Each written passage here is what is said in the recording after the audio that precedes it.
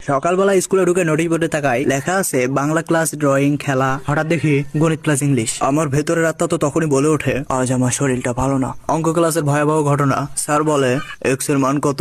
আমি মনে মনে বলি, স্যার এক্স তো আমার লাইফ থেকেও হারাই গেছে। স্যার বোর্ডে অঙ্ক করছে আর আমি খাতায় লিখি গোল গোল দাগ, দুই একটা প্লাস আর একটা বড় করে sir is sir. English class সরাসরি ট্র্যাজেডি। স্যার বলল ম্যাগ এ সেন্টেন্স উইথ কাউ। আমি বলি স্যার কাউ ইজ ভেরি গরু। স্যার বলল স্ট্যান্ড আপ অ্যান্ড রেড। আমি দাঁড়াই, বই খুলি, কিন্তু মুখ খুলে কোনো শব্দ বের হয় না, কারণ আমার ইংলিশ তখন লো ব্যাটারি মোডে। পরীক্ষার হলে আমার স্ট্র্যাটেজি, প্রশ্ন সলভ দ্য কোয়েশ্চেন।